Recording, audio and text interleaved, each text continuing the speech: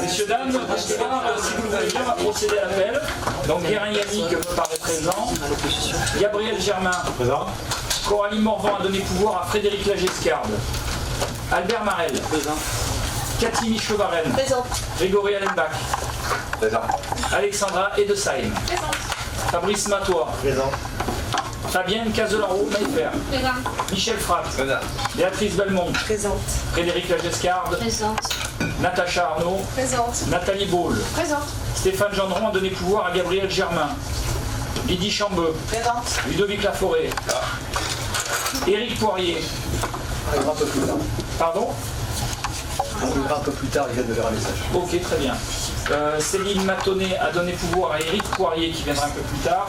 Didier Debarge. Présent. Philippe Chabanon. Absent. Valérie Merle. Absente aussi. Laurine Closon. Absente. Christiane Hardy. Présent. Christophe Ollier. Présent. Florence Iacono a donné pouvoir à Albert Marel. Quentin Guilleux. Oui, présent. Luc Souillard a donné pouvoir à Quentin Guilleux. Stéphanie Herbenec a donné pouvoir à Didier Debarge. Ok. Donc je vous propose de nommer une secrétaire de séance. Je pensais à Lydie Chambeux. Qui est contre? Qui s'abstient? Parfaite unanimité. On va mettre à l'approbation de l'Assemblée délibérante le procès-verbal du précédent conseil municipal réuni le 6 juin 2023 qui a été transmis avec la convocation du présent conseil municipal. Y a-t-il des questions? Non. Qui est contre? S'abstient? Unanimité.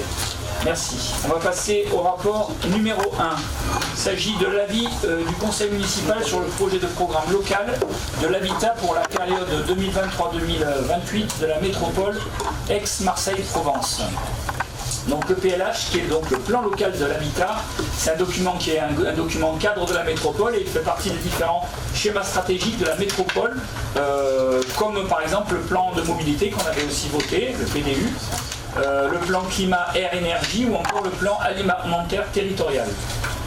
Donc ce document qui est stratégique, il est très opérationnel puisque c'est un document qui est un état des lieux avec une fiche par commune et un document de programmation qui reprend les directions souhaitées par la métropole et les potentialités sur chacune des communes. Alors en ce qui concerne les constats qu'on observe sur Velo, c'est une vie qui est plutôt familiale avec 25% de Voloxiens qui vivent seuls contre 38% des habitants de la métropole. Une part des 15-29 ans qui est faible, 13% contre 18% sur la métropole, une part des 75-89 ans qui est élevée, 20% contre 16% sur la métropole, avec un revenu médian qui est de 27 230 € à Velo contre 21 480 € sur la métropole. Le taux de pauvreté est de 6% à Velo contre 18% sur la métropole, avec un ménage sur deux qui peut bénéficier d'un logement social. Le nombre de logements vacants est de 5,3% contre 7,5% sur la métropole. Les vacances sont relativement courtes et le taux de part privé potentiellement indigne est de 3% des logements contre 7,4% sur la métropole. Le nombre de logements sociaux qui est de 7,4% contre 20% sur la métropole et l'ensemble et les déplacements domicile-travail qui se font principalement en véhicule personnel. Un travail qui a été réalisé par les services de la métropole pour recenser les potentialités de logement sur chacune des communes. C'est un travail sur lequel avait été inclus le Clos du Pressoir, les Agapantes, qui font partie de ces gisements réalisés et qui sont en cours de réalisation. Les potentialités sont de 283 logements supplémentaires sur Velo avec 152 logements sociaux. Vous voyez qu'il y a encore une exigence qui est loin d'être atteinte et qui est loin de nous convenir aussi. Je pense qu'on est tous d'accord là-dessus. De nombreux sujets qui ne dépendent pas de la commune, mais de privés. Globalement, la métropole souhaite agir sur le parc existant tout en soutenant la production de logements, en diversifiant l'offre pour fluidifier les parcours résidentiels, améliorer l'accès au logement des publics vulnérables.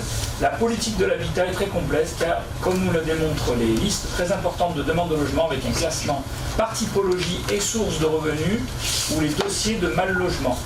Donc je remercie moi personnellement le travail qui est fait par le VP à l'habitat qui est d'Habitit, un élu du pays de Salomé et de la ville de Salon. Nous avons donc indiqué récemment en réunion avec le préfet que nous pourrions signer un CMS, donc un contrat de mixité sociale, sur la base des éléments PLH, sans retour de la part des services de l'État. Aujourd'hui, il faut savoir qu'on a un contrat de mixité sociale qui n'est pas en adéquation avec le plan d'habitat voulu par la métropole, qui provoque une espèce d'incompréhension, puisque d'un côté on a un plan qui est beaucoup plus exigeant en logements sociaux et on a un plan de PLH qui est par la métropole, qui même si pour nous il semble encore bien trop élevé, est tout de même un peu plus, on va dire, malléable par rapport au plan du contrat qui est fait avec la préfecture. Voilà. Est-ce qu'il y a des questions sur cet élément de PLH? Non. Je vous propose de passer au vote. Qui est contre? Qui s'abstient? Donc 2 abstentions. Donc le rapport est adopté. Je vous remercie. Rapport numéro 2. Il s'agit d'un avis au projet de révision allégée numéro 1 du plan local d'urbanisme en vue de son approbation en conseil métropolitain de la métropole Aix-Marseille-Provence. Donc ces révisions allégées, elles sont en lien avec les terrains qui sont sur la Joséphine, si tu me rectifies des bêtises. Il s'agit de travaux qui doivent être faits pour l'aménagement du centre de formation de l'école du SDIS des pompiers. Donc il s'agit de supprimer certains espaces boisés classés EBC qui ne figurent pas parmi les ensembles boisés les plus significatifs du territoire communal. Le déclassement concerne la suppression d'un espace boisé classé, chemin de la Joséphine, afin de dévoyer ce chemin communal dans le but de desservir une future plateforme départementale logistique pour l'ensemble du matériel appartenant au SDIS 13. La suppression de plusieurs espaces boisés classés le long de l'autoroute afin que la société ASF puisse les entretenir. On s'est aperçu qu'effectivement il y avait des endroits qui étaient classés, mais où du coup il n'y avait pas aucune possibilité de faire des OLD. Et on a énormément de départs de feu qui historiquement partaient du bord de l'autoroute. Donc ça va aussi permettre d'avoir un entretien digne de ce nom, sans avoir besoin de faire d'avoir des recours administratifs sans fin et parfois très problématiques.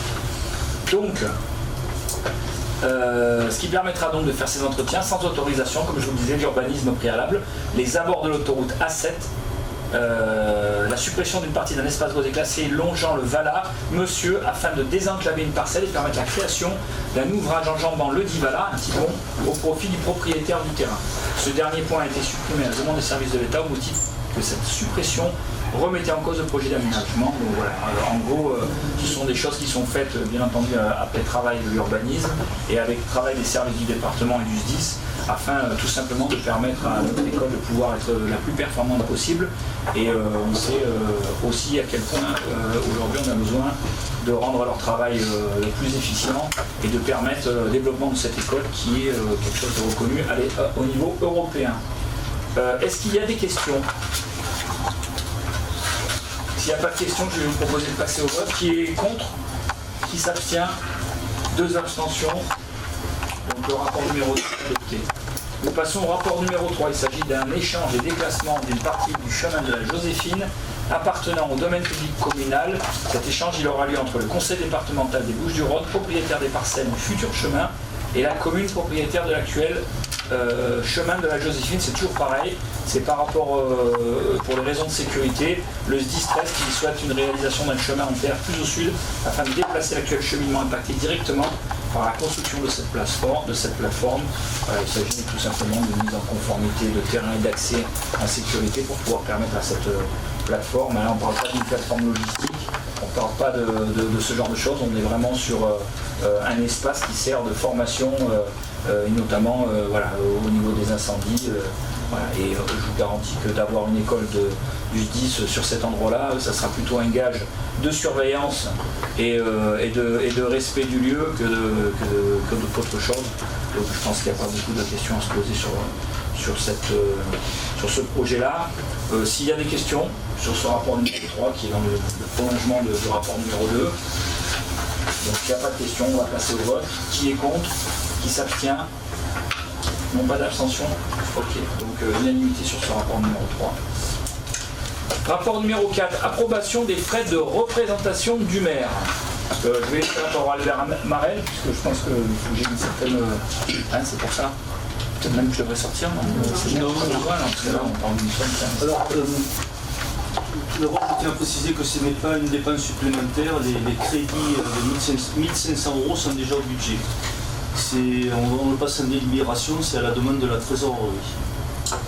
Donc cette indemnité a vocation, on va rappeler ce que c'est, a vocation à couvrir les dépenses engagées par le maire dans le cadre de l'exercice de ses fonctions et dans l'intérêt de la commune. Le versement de l'indemnité est réalisé suite à la production de pièces justificatives des dépenses engagées par le maire, des notes de frais. Donc il est proposé à l'Assemblée délibérante de déterminer une enveloppe fixe, unique et annuelle d'une somme de 1500 € jusqu'à la fin de la mandature 2022-2026.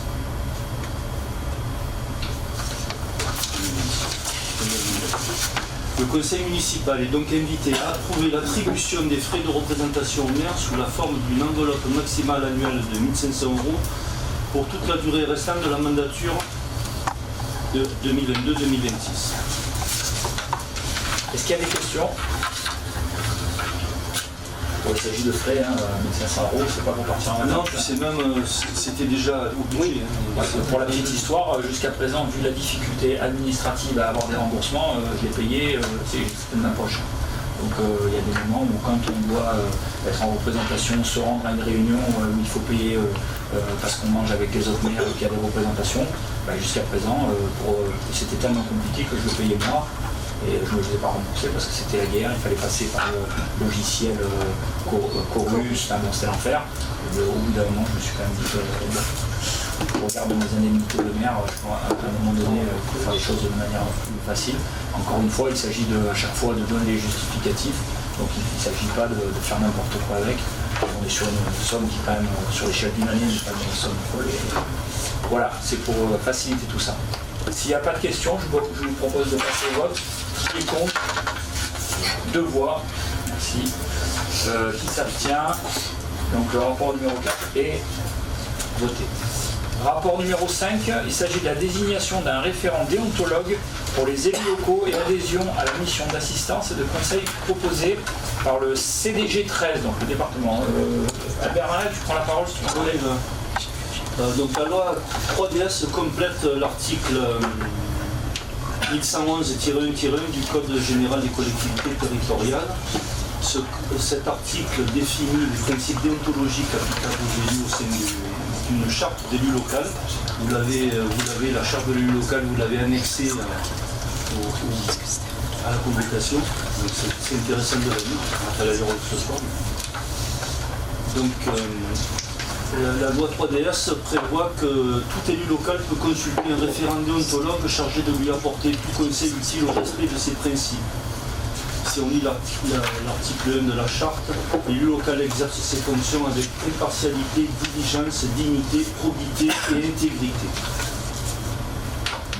Le centre de gestion des Bouches-du-Rhône propose aux collectivités un référent déontologue reconnu pour son expérience et ses compétences. Et une mission d'assistance et de conseil permettant de prendre en charge l'ensemble des démarches afin de faciliter la mise en œuvre des obligations réglementaires.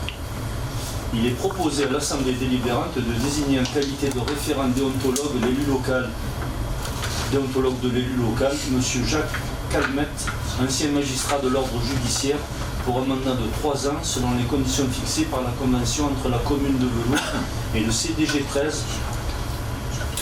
Au démarrage de la convention, compte tenu de l'affiliation de la collectivité au CDG 13, les coûts de fonctionnement de cette mission sont imputés sur la cotisation existante, perçue par le CDG 13.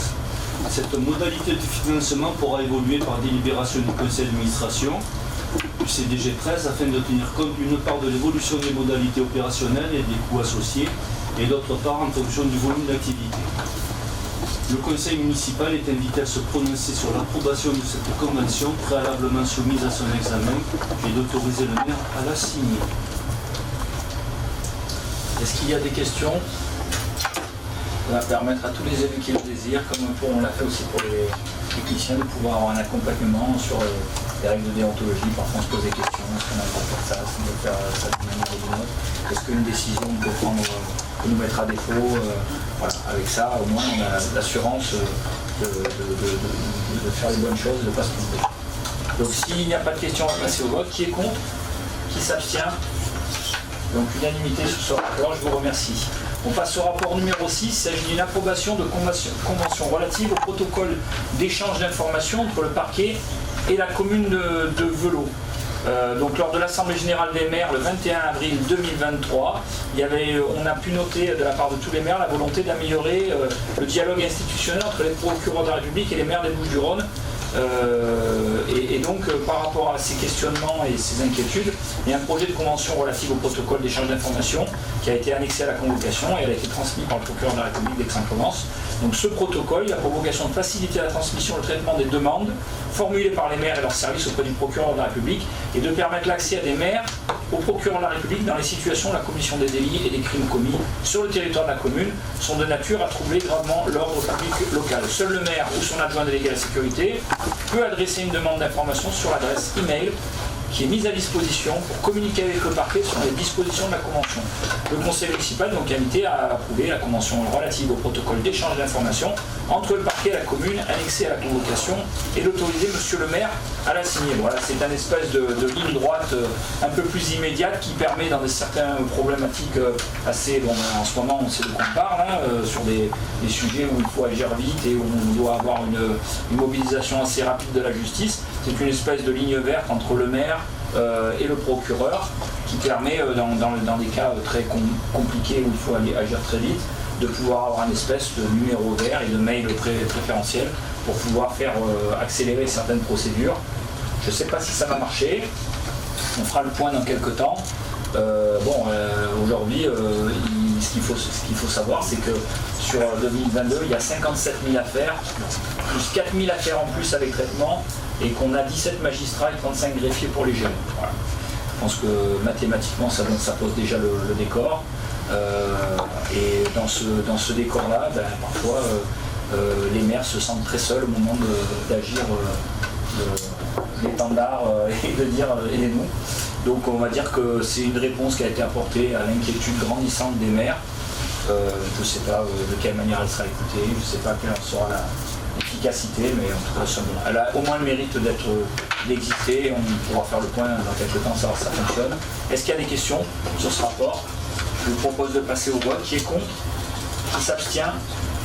Unanimité, je vous remercie. Rapport numéro 7, il s'agit de l'approbation du projet alimentaire de référence. Et je vais laisser pour cela la parole à Madame Catherine Michel-Varenne, adjointe déléguée à la vie scolaire, à la jeunesse, à l'enfance et à la petite enfance. Merci. Alors, on va faire un petit rappel avant d'en arriver au PAR. La commune de Velot en fait, s'est inscrite dans une démarche de qualité pour la mise en œuvre d'une politique alimentaire qui est basée en fait sur des produits de qualité dans les assiettes, sur la promotion des actions menées pour mieux manger, sur la diversification des protéines et des menus végétariens, sur l'interdiction des bouteilles d'eau et barquettes en plastique et sur la lutte contre le gaspillage. Alors, dans un premier temps, suite à une délibération en date du 28 septembre 2021, nous avions accueilli une stagiaire en formation professionnelle qui nous avait fait bénéficier à la fin de son stage d'un diagnostic de territoire et d'un plan d'action pour valoriser le projet alimentaire communal. Par ailleurs, en fait, conformément également à une délibération en date du 24 mai 2022, le conseil municipal a approuvé la charte d'engagement au projet alimentaire territorial, ce qu'on appelle le PAT, de la métropole d'Aix-Marseille-Provence et du Pays d'Arles. Cette année, sur l'année scolaire 2022-2023, nous avons eu l'accompagnement des professionnels et les parties prenantes de la restauration collective de la commune par l'association de Loubatas. Une convention de réalisation du projet accompagnement, formation et éducation aux cuisines nourricières a été passée avec la commune et signée le 18 août 2022. Cette convention se terminera officiellement le 30 août 2023. La fin de cette démarche d'accompagnement par l'association Le Loubatas donne lieu à la production d'une première version écrite du projet alimentaire de référence, comme j'ai dit tout à l'heure, le PAR, de la ville de Velot, dans une logique de co-construction entre les différents acteurs. Je pense que je vais laisser la parole à Jean-Baptiste qui va vous expliquer un peu mieux ce PAR. Merci, je m'appelle donc Jean-Baptiste Blache, je suis le responsable du pôle famille association et pour compléter ce qu'a dit Catherine, je devrais prendre une petite dizaine de minutes pour une présentation en 3 temps et un peu en entonnoir, reprendre des éléments de contexte sur l'alimentation au niveau national et au niveau général et pour petit à petit resserrer tout doucement vers la restauration collective à Velot et la restauration collective à travers le PAR de Velot. Donc au niveau politique et juridique, comme beaucoup de démarches, on s'appuie sur des textes et des éléments cadres des politiques nationales. Il y en a 2 en alimentation. Il y a le programme national de l'alimentation, on en est au volet 3 qui couvre l'année 2019 à 2023. Et ce programme national de l'alimentation, il s'appuie sur une loi phare qui s'appelle la loi Egalim, dont on parle beaucoup dans le secteur de l'alimentation. Et cette loi, elle a défini 5 grandes mesures qui sont des approvisionnements plus durables de qualité, des actions visant à réduire le gaspillage alimentaire, une diversification des sources de protéines, la fin de l'utilisation des plastiques et l'information des convives. Le cadre, c'est juste l'occasion de se dire aussi que c'est un sujet qui est récent dans l'actualité politique, dans l'actualité sociale même, puisque les dates de 2019 et de 2018 sont assez contemporaines. La déclinaison de la loi Egalim sur Velot et plus particulièrement donc dans les restaurations collectives, c'est une obligation depuis le 1er novembre 2019 de proposer un repas végétarien par semaine, notamment chez les scolaires. Tout ça est mis en place sur Velot. Depuis le 1er janvier 2022, c'est proposé minimum 50% de produits durables. Je ne vous fais pas la liste parce qu'il y a un astérix et que c'est... voilà, j'ai dit 10 minutes. Et dans ces 50%, il y a 20% de produits dits bio. Depuis l'année 2022, là aussi la commune de Velot valide ces 2 paramètres.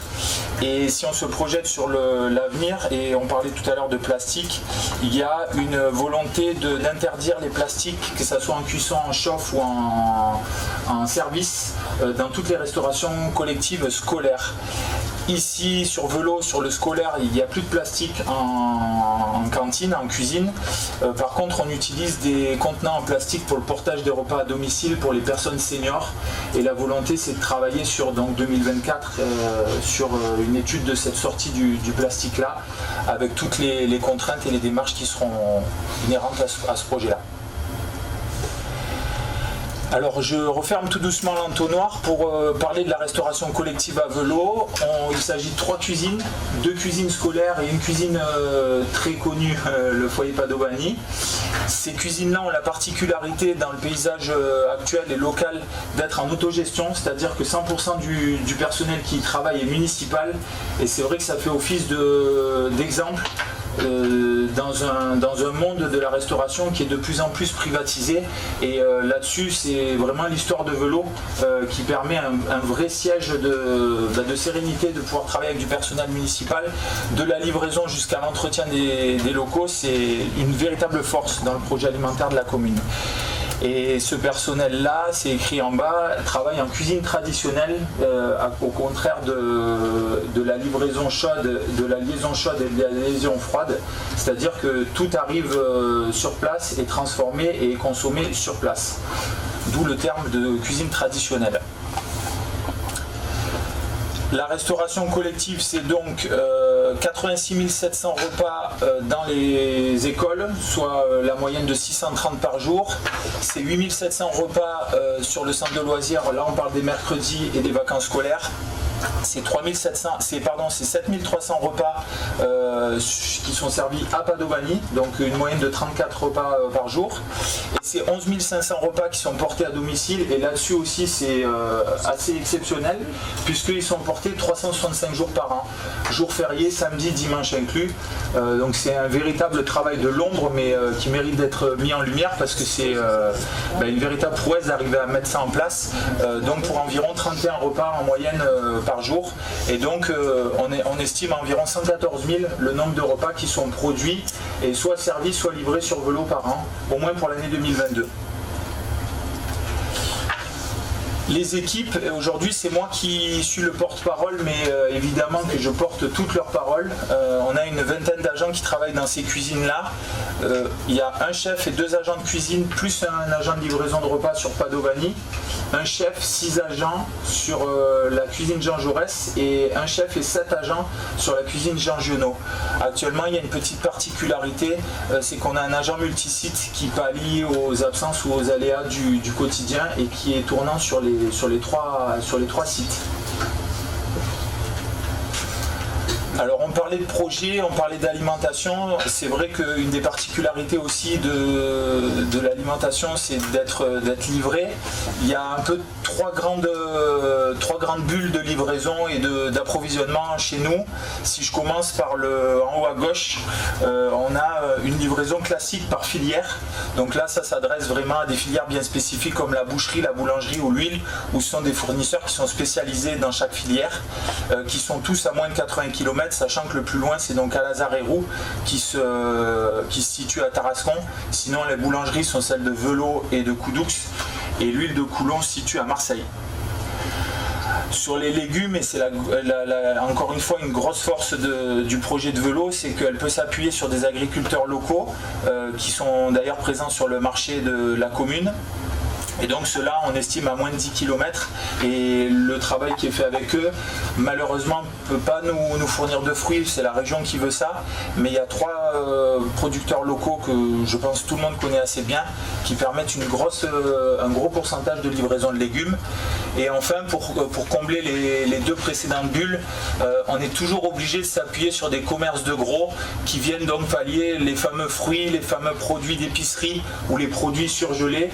Ceux-là, il y a écrit 50 km et plus parce qu'effectivement les entrepôts et les sièges sociaux sont à moins de 50 km, mais forcément la provenance des aliments vient de plus de 50 km, donc il ne faudrait pas se mentir en disant moins de 50, mais le travail sur le local est toujours évidemment recherché. Alors là c'est assez dense, je vais essayer d'être bref. J'ai parlé des agriculteurs, évidemment qu'il y a des forces et des faiblesses, voire des menaces. La force c'est d'avoir des agriculteurs ici qui sont convaincus que le travail en circuit court et que la production sans transport est bénéfique pour eux comme pour les gens à qui ils livrent. Et c'est souvent des personnalités de Velot donc qui ont en plus une identité forte avec la commune. Parallèlement à ça, ils restent agriculteurs, donc ils ne sont ni informaticiens ni administratifs, et c'est vrai que le monde, j'entendais les rapports précédents parler de facilitation de circuits administratifs et juridiques.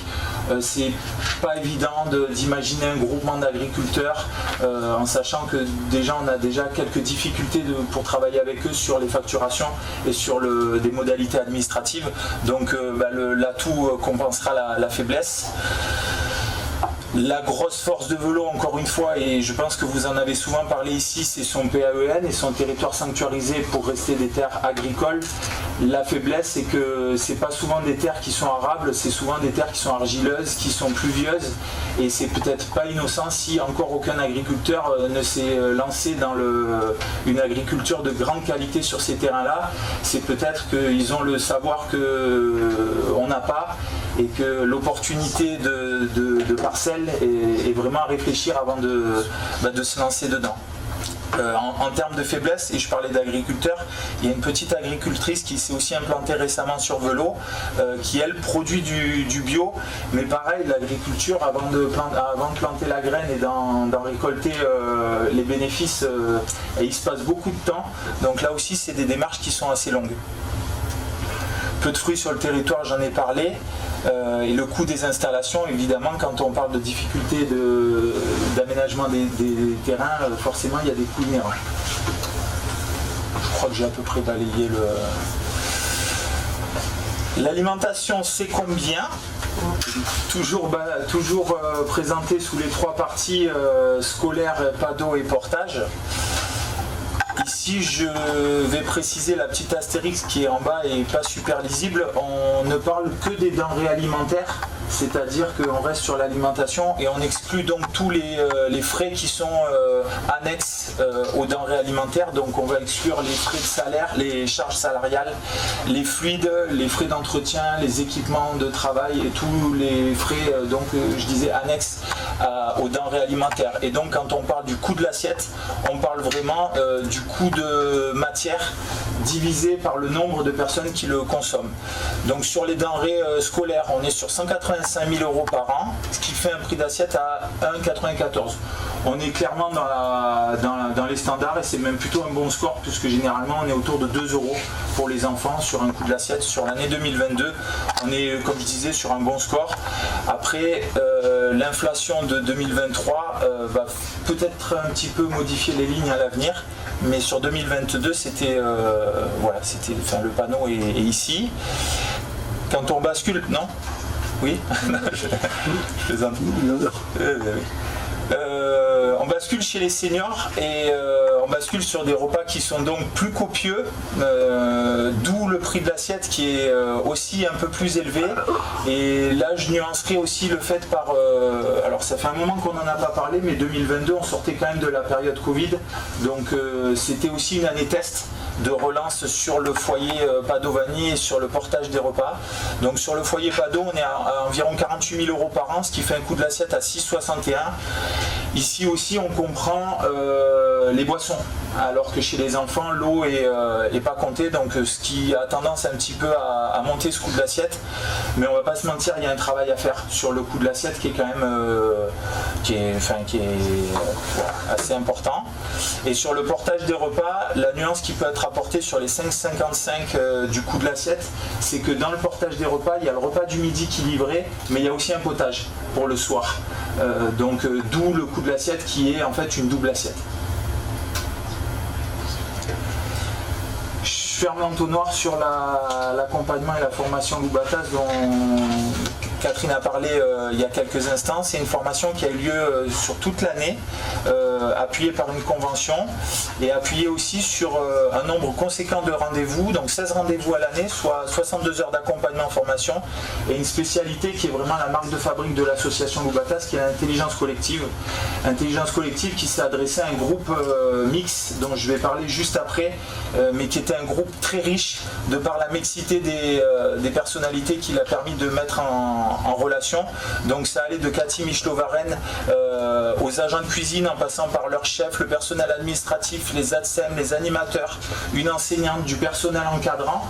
Tout ce mix de corps de métier là qui travaillent finalement pour le même résultat qui est l'assiette, mais qui ne se croisent pas forcément au quotidien. Donc une très grande richesse dans cette formation là et notamment dans cette intelligence collective là. Et la production, on en a parlé d'un document qui devient un document de travail et un document cadre pour les restaurations de vélo, qui s'appelle donc le plan alimentaire de référence. Là je vais être obligé de lire parce que la définition des fois est importante.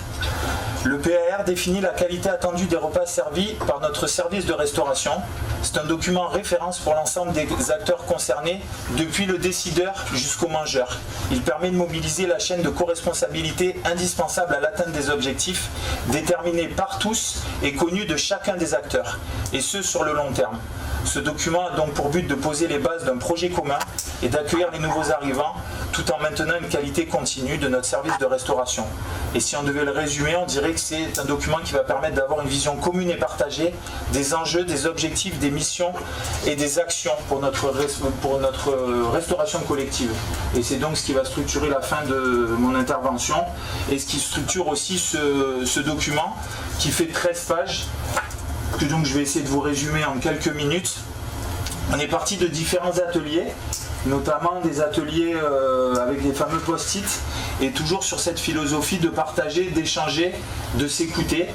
Le premier atelier devait viser le partage de la vision de tous les acteurs que j'ai cités, donc 16 acteurs de corps de métiers différents qui devaient partager leur vision de la restauration collective, avec la question suivante: la restauration collective aspire à quoi? Et donc on a un panel de réponses: permettre la bonne santé et le bon développement des enfants, utiliser la consommation locale le plus possible, faire vivre les producteurs et commerçants de vélo, garantir le bien-être de la planète, être participatif, favoriser les cultures saines et durables. Tout le monde a pu s'exprimer exprimé, tout le monde a pu donner son avis. Et finalement, la bonne nouvelle, c'est qu'il y avait une vision commune qui s'est dégagée de tout ça, de tous ces acteurs du groupe, et qui convergeait vers une alimentation saine et durable. De cette vision, Loubatas nous a échangé les 4 grands enjeux qui se retrouvent dans les 5 grandes missions de la loi Egalim, qui sont des enjeux de santé, des enjeux d'environnement, des enjeux économiques et des enjeux culturels, qui à leur tour ont été déclinés sur Velo en mission. Et là, toujours de la même manière, on a travaillé en atelier participatif et en atelier collectif mix. Alors j'en parle, mais je sais que Cathy, tu pourrais aussi en parler. On a identifié 5 grandes missions qui découlent de ces enjeux. Donc la première mission, c'est assurer la mission nourricière. La mission nourricière, c'est aussi le titre de la formation Loubatas, qui s'appelle les cuisines nourricières. Donc on retrouve cette notion de santé. La deuxième mission, c'est participer à la mission éducative avec la photo d'un enfant, mais c'est vrai qu'on n'oublie pas nos seniors. La troisième mission est de renforcer la mission sociale. Le quatrième, c'est garantir la mission de santé publique. Et le cinquième, c'est de s'inscrire dans une démarche environnementale. Chaque enjeu qui était présenté avant et chaque mission, chaque enjeu peut se retrouver dans une ou plusieurs missions et inversement les missions qui peuvent facilement se retrouver dans les différents enjeux. Alors j'étais sur Loubatas et c'est vrai que j'en parle avec une certaine émotion. Il y a un encart qui a été spécial pour nous, c'est qu'à partir du moment où tout le monde s'est réuni et tout le monde a partagé, il y a un truc qui en est ressorti, c'est qu'ils ont voulu travailler sur le pourquoi. Pourquoi est-ce qu'on faisait ça et pourquoi? C'est une question qui est quand même finalement fondamentale. Et ce qu'il en est ressorti, c'était que chaque acteur est devenu conscient de la place qu'il avait finalement dans la chaîne de l'alimentation. Et c'est vrai qu'on parle beaucoup de métiers qui sont dans l'ombre et finalement de pouvoir créer du lien et pouvoir créer cette fameuse chaîne entre tous ces métiers qui soient à la fois exposés ou finalement un peu moins exposés. Ça a permis à tout le monde de partager beaucoup de valeurs et on a pu se poser les questions des répercussions, la cascade, j'ai appelé ça la cascade des répercussions possibles grâce à une meilleure alimentation. Si on mange mieux, qu'est-ce que ça permet? Et c'est vrai qu'à ce moment-là, on est parti vraiment loin, donc vous avez un peu les informations dans le document du PAR. Et bon, j'ai encore une fois parlé 10 minutes, donc je ne m'y attelle pas ici, mais ça nous a permis de partager des grandes valeurs. Et ces grandes valeurs, encore une fois, elles ont été échangées, votées. On est dans un conseil municipal, donc ça tombe bien. Et la première valeur qui a reçu le plus de votes, c'est donc le plaisir. Et si on va en déclinaison, on descend tout doucement vers le partage, la responsabilité, la convivialité et le respect. Voilà les 5 valeurs qui caractérisent fondamentalement le fameux groupe projet qui anime ce PAR aujourd'hui sur la commune de Velo. Et donc, pour terminer et pour rebasculer un petit peu sur des choses plus concrètes, à l'intérieur du PAR, il y a déjà une première liste un peu à l'après-vert d'actions qui sont mises en place ou sur lesquelles il faudrait apporter une continuité sur la commune, et ça va être l'objectif de faire vivre ce PAR. Donc ici vous avez une petite liste des actions qui sont déjà en place dans notre commune, et sur la droite ce qui était important c'était de rappeler les bulles des enjeux culturels, économiques, environnementaux et santé, pour se dire que chaque mission peut à la fois répondre à un enjeu ou plusieurs enjeux, et de la même manière plusieurs enjeux peuvent se retrouver dans une mission. Je lis pas l'émission, je suis trop long. Non, je sais pas. C'est pour vous donner un peu du concret quand même, parce que c'est vrai que depuis tout à l'heure je parle beaucoup. Alors, il y a des commissions menus qui sont mises en place dans les écoles, il y en a qui sont sur le foyer Padovani. L'idée c'est de les faire évoluer, pourquoi pas de faire participer les enfants, les parents. On a parlé du coût de l'assiette, il faudra toujours y rester attentif, y réfléchir parallèlement au ticket du repas évidemment. L'approvisionnement local aussi, j'en ai parlé un peu plus tôt, mais c'est une question qui est importante parce qu'elle peut se réfléchir sur le temps T, mais elle doit surtout se réfléchir à moyen terme et à long terme. Ensuite, les actions liées au gaspillage, il y en a déjà qui sont en place, comme la pesée, le compostage, mais il y en a d'autres qui sont en cours, comme notamment la digesteuse qui permet de composter l'ensemble des déchets de la restauration et non pas que les déchets alimentaires. Intégrer les légumineuses dans les repas végétariens, le fameux repas végétarien hebdomadaire, et les légumineuses qui sont véritablement le produit phare de Loubatas. Les partenaires locaux, les éco-délégués dans les écoles, les enseignants, les ATSEM. Il y a déjà des projets qui sont en place avec les éco-délégués. L'idée, c'est de les poursuivre. Et après, si on revient sur des notions un peu plus structurelles, évidemment qu'il faut penser à l'organisation de nos équipes, à l'anticipation du travail, à travailler des animations qui vont permettre de faire vivre au quotidien, au-delà des repas quotidiens. Et évidemment aussi, j'en ai parlé un peu plus tôt, de réfléchir aux aménagements qui vont être liés à la sortie du plastique. Il y avait un tout petit texte en bas. Il ne faut pas oublier qu'on est plein d'acronymes, mais aujourd'hui on parle du PAR qui est le projet alimentaire de référence. Il ne faudra pas oublier qu'il s'implique, et Catherine en a parlé au début, dans le PAT qui est le projet alimentaire territorial. Donc le projet alimentaire de référence, c'est vraiment le nôtre, celui de Velot. Le projet alimentaire de territoire, on devra s'intégrer dessus avec les communes et la métropole. Et enfin, j'en ai un tout petit peu parlé tout à l'heure et ça fait plaisir qu'il soit présent ce soir. Il y a un nouveau poste qui a été créé très récemment et qui va officiellement être actif à partir du 17 juillet prochain. Donc, c'est donc un poste de responsable de restauration sur la commune de Velot qui va véritablement venir chapeauter les 3 chefs des 3 sites. Donc c'est Sylvain Barnet, en plus il est là, c'est plus sympa comme ça. Donc j'ai beaucoup parlé, mais c'est vrai que c'est pour ce genre de personnes que je porte la parole. Et il sera notamment chargé du pilotage et de l'animation du projet alimentaire de référence. Et je pense qu'on peut lui apporter toute la confiance que moi je lui témoigne. Il y a quelques heures, il était encore en train de régler des problèmes de chambre froide négative. Je sais qu'il y aura j'ai aucun doute sur sa capacité à animer, à piloter un projet alimentaire territorial.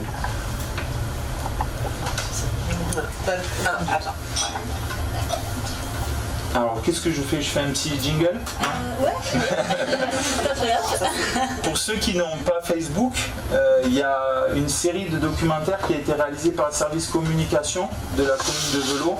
C'est appuyé sur 4 grands épisodes. Et comme vous ne m'avez pas assez entendu parler, le 4e épisode est commenté par moi-même et il est là.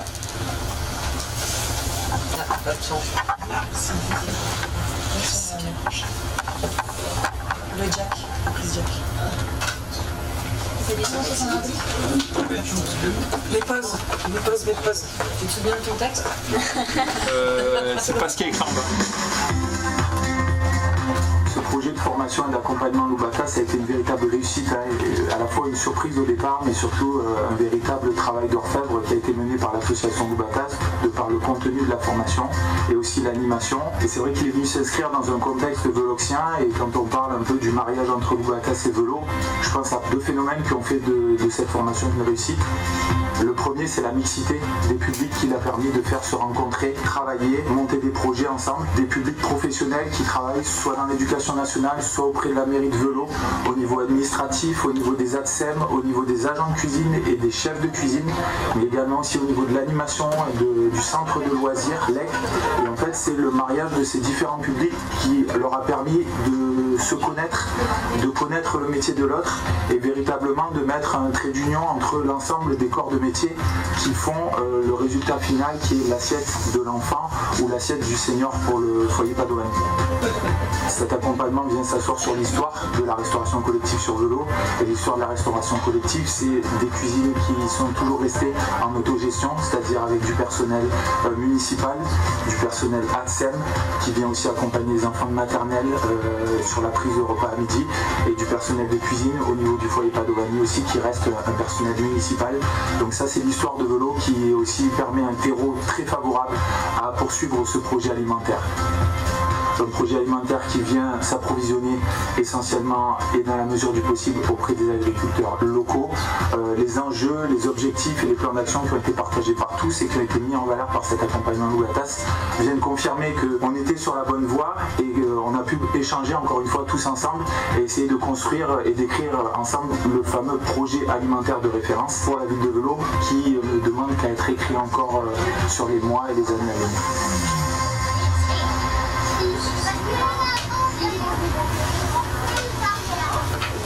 Merci Jean-Baptiste et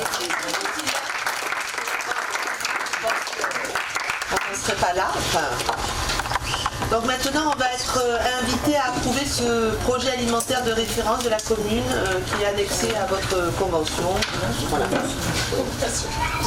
Moi, je voudrais juste insister sur la chance qu'on a de pouvoir bénéficier d'un plan alimentaire de cette qualité-là. Je remercie bien entendu Jean-Baptiste Blage pour se donner corps et âme sur ce projet alimentaire que nous avons voulu politiquement, parce que je rappelle qu'il était dans notre programme, qu'il a été aussi porté par mon adjointe Cathy Michelot, qui a été très présente dessus, avec Lydie aussi qui était là, et d'autres élus. Voilà, je remercie aussi Sylvain Barnet qui est venu nous rejoindre il n'y a pas si longtemps que ça. Parce que je pense qu'il y avait une vraie relation humaine qui s'est tissée parce qu'on savait où on voulait aller et on a la même vision de là où on veut aller. Moi je peux vous dire, quand on parle de pédagogie et de culture, et quand je vais moi de temps en temps manger avec les enfants et que je vois qu'on leur fait, que Sylvain avec les cuisinières leur prépare un menu tahitien ou ce genre de menu et où vraiment les enfants sont partie prenante et se régalent, parce qu'ils en discutent, ils en parlent à la fois avec les ATSEM, avec les cuisinières, et je trouve que c'est pas partout qu'on voit ça. On va pas non plus bomber le torse et dire qu'on est les meilleurs, mais en tout cas on n'est pas les pires, loin de là, et on fait quelque chose de très bien. Moi j'en suis très fier. Donc vraiment merci beaucoup pour ce que vous avez fait et ce que vous allez faire. Et maintenant, si vous voulez bien, on va passer, s'il n'y a pas de questions, on va passer au vote. Pas de questions. Donc qui est contre? Qui s'abstient? Unanimité, je vous remercie. Et on va continuer et on va faire de mieux en mieux. Merci beaucoup. On passe au rapport numéro 8, si vous voulez bien. Donc ce sont, comme à chaque fois, les données actes des décisions de maire. En ce qui concerne la vie locale, il s'agit d'une convention de mise à disposition ponctuelle de minibus pour l'association Health Vélo Gym pour ses déplacements. Une convention de mise à disposition ponctuelle de minibus pour Culture Mania, l'association qui travaille pour l'espace Nova et la culture plus généralement. Alors ensuite, en ce qui concerne les services techniques et l'acquisition de véhicules électriques pour les services municipaux et une demande de subvention au département pour cela. En ce qui concerne l'administration générale, l'instauration des tarifs des droits de voirie communale pour les infrastructures de bornes de recharge pour les véhicules électriques IRVE. Il faut savoir qu'aujourd'hui on en a, j'ai envie de dire seulement 2, mais on devrait assez rapidement en avoir arrivé quasiment à 8 sur le village, et on continuera de le développer au fur et à mesure parce qu'on sait qu'on a une demande croissante, et voilà, c'est quelque chose d'important. En ce qui concerne l'urbanisme, une convention d'occupation précaire au 54 allée de la Pérode. Ensuite, sur la culture, une convention de mise à disposition de locaux et de biens municipaux pour le comité des fêtes. Une convention de mise à disposition de locaux et de biens municipaux pour la FCPE, donc l'association des parents d'élèves de collège Roque-Pertuse. Une convention de mise à disposition de locaux et de biens municipaux pour l'US Vélo Foot. Une convention de mise à disposition de la salle espace Nova Vélo à Contretemps Danse. Une convention de financement entre l'ADAGP et la commune de Velot. Alors là, il s'agit de quoi, l'ADAGP? Ah oui, c'est d'accord. C'était sur l'opération Street Art, ce qui s'agissait d'une convention pour avoir les financements, pour financer, cofinancer les fresques. Je le rappelle, ont été en grande partie financés aussi par des dons d'entreprises, ce qui est aussi à saluer. Des baux précaires sur 1 rue Curie. D'accord, donc là il s'agit des locaux où on a installé la boutique éphémère, qui connaît un très bon démarrage. On a une quinzaine d'exposants et qui va se poursuivre dans le temps pour contribuer à la redynamisation du centre ancien. Voilà. J'aurais aimé, d'ailleurs en parlant du centre ancien, j'aurais bien aimé que je salue la présence de ma vingtaine d'élus qui sont là à tous les conseils municipaux depuis le début. C'est pas partout pareil, croyez-moi. Je salue que le 12 juillet vous soyez tous là. Je n'irai pas juste à constater qu'au niveau de l'opposition, on a un représentant et beaucoup d'absents. J'aurais aimé aussi... C'est quoi l'objet de faire des remarques assez désagréables? C'est pas le moment de faire des remarques assez désagréables. Alors c'est le moment que je choisis, en tout cas je choisis de faire cette remarque, elle m'appartient. il nous appartiendra d'y répondre. J'aurais juste aimé, si vous voulez, que vous soyez tous présents, parce qu'il y a eu pas mal de conseils municipaux où vous êtes empressés dans les questions de dire que le centre ancien était en train de mourir, qu'il n'y avait rien qui se passait, et notamment même encore au dernier conseil municipal aux questions qui ont été faites et aux remarques qui ont été faites dans ce sens. J'aurais juste aimé qu'au moment de l'inauguration de ces endroits-là, où on voit qu'il y a un succès et où tout le monde est content de voir qu'il y a une vraie redynamisation, j'ai des élus d'opposition qui soient non seulement présents, mais qui puissent dire bravo, c'est bien ce que vous faites. Et je remarque aussi que quand on parle d'un fantastique plan d'alimentation qui est porté par mes services, j'aurais juste aimé qu'il n'y ait pas que mes élus de majorité qui applaudissent ce travail-là et que vous le fassiez aussi. Voilà. C'est juste ce que je voulais dire. Eh ben, c'est un régal ce soir. Tout à fait. Je ne sais pas si on peut parler d'un régal. Si, justement, on parle de gros. Voilà. En tout cas, si vous le voulez bien, on va procéder s'il n'y a pas de questions, on va procéder au vote. Il n'y a pas de vote, c'est la première. Et on va passer du coup directement aux questions de l'opposition. Là aussi, il est important pour nous, pour moi, de prendre l'habitude de répondre à des questions qui sont posées par des gens qui ne sont pas présents lorsque je fais les réponses. Donc, pour ce qui s'agit de la question du Velot ensemble, nous avons Philippe Chabanon qui dit... alors attendez, parce que donc je suis absent, on a pu le constater, mais je prendrai connaissance de la réponse à cette question dans le compte rendu par mes collègues. J'espère. Le 30 juin dernier a eu lieu un exercice de simulation de la rupture du barrage de Bimont. Velot est l'une des communes concernées. Suite à cet exercice, a-t-on identifié des enseignements à prendre en compte pour assurer la sécurité des habitants en termes d'amélioration potentielle? Alors, bon, bien entendu, c'est toujours intéressant de participer à ces exercices qui nous permettent de nous préparer et d'ajuster notre plan communal de sauvegarde en fonction des dangers. Il y avait déjà d'ailleurs à ce titre-là, et j'en remercie mon adjoint Fabrice Matois à la sécurité et à la prévention, qui avait mis en place un premier exercice qui avait eu lieu le 16 mars, avec un scénario qui portait sur une alerte inondation sur la commune. Et donc on avait déjà eu ce genre de cellule de crise qui avait été mise en place. Là, il s'agissait d'une cellule de crise qui est observée par la métropole et le CIPRES. Un retour d'expérience nous a permis de constater que notre procédure était plutôt pertinente et il y avait quand même des points à corriger. L'exercice du 30 juin de plus grande ampleur et sous le commandement de la préfecture a impliqué toutes les communes potentiellement impactées par une rupture du barrage de Bimont. Le grand intérêt de cet exercice, c'était de pouvoir se mettre en situation d'une coordination de toutes les cellules de crise des communes sous commandement préfectoral. Et l'autre avantage majeur, c'était que cet exercice il a permis de tester en réel les systèmes d'alarme à la pollution. FR Alert, le système national qui envoie des messages sur les smartphones localisés sur la zone à risque. Cedralis, le système communal qui avertit. Ça marche super bien. Alors, même si ça marchait bien, il y a eu aussi des cas où on s'est aperçu que finalement, sur les sites les plus dangereux, les plus compliqués, c'est pas là qu'on avait le plus de gens qui étaient abonnés justement à ces messages. Et ça, ça fait partie des enseignements. Ce qu'il faut vraiment convaincre les gens qui habitent sur ces zones-là de pouvoir s'inscrire. Oui, je peux en rajouter depuis l'exercice, on a eu une explosion des inscriptions à Cedralis, plus 125 familles qui sont inscrites. Actuellement, il y a 611 familles à Cedralis, ce qui est pas mal pour le système. Il y a d'autres systèmes d'alerte parce que nos enfants sont pas inscrits, ils ont arrêté parce que avec Apple, le système d'alerte est relayé par Apple en fait. On l'a découvert comme ça, on ne savait pas. Oui, donc il faut peut-être le faire savoir aux gens que c'est dans les réglages Apple, tu peux. Après, c'est l'effet alerte, c'est la préfecture qui le gère. Après, les trucs, c'est que des opérateurs ou des matériels, de Android ou d'iOS. Après, c'est des paramétrages. Certains, ils n'ont pas reçu parce que dedans, il faut paramétrer.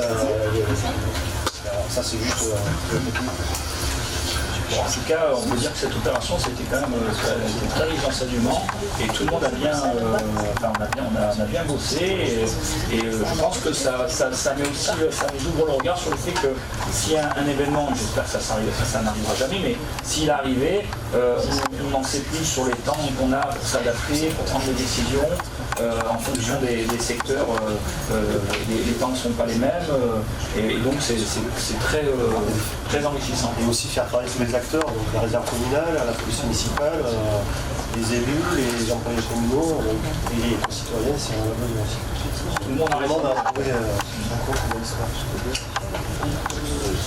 Voilà, donc effectivement, les leçons qu'il y a à en retirer, nous, elles sont un peu personnelles sur certains détails, sur la manière de s'organiser au niveau de nos services, au niveau des élus aussi.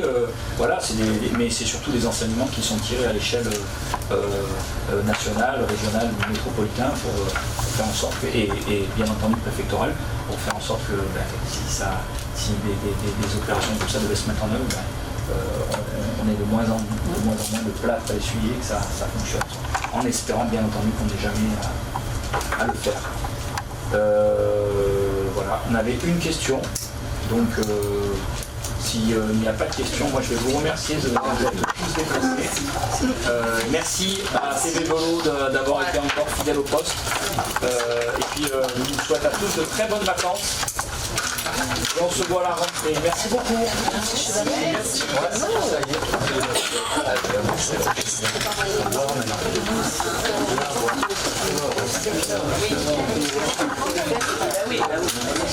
Merci.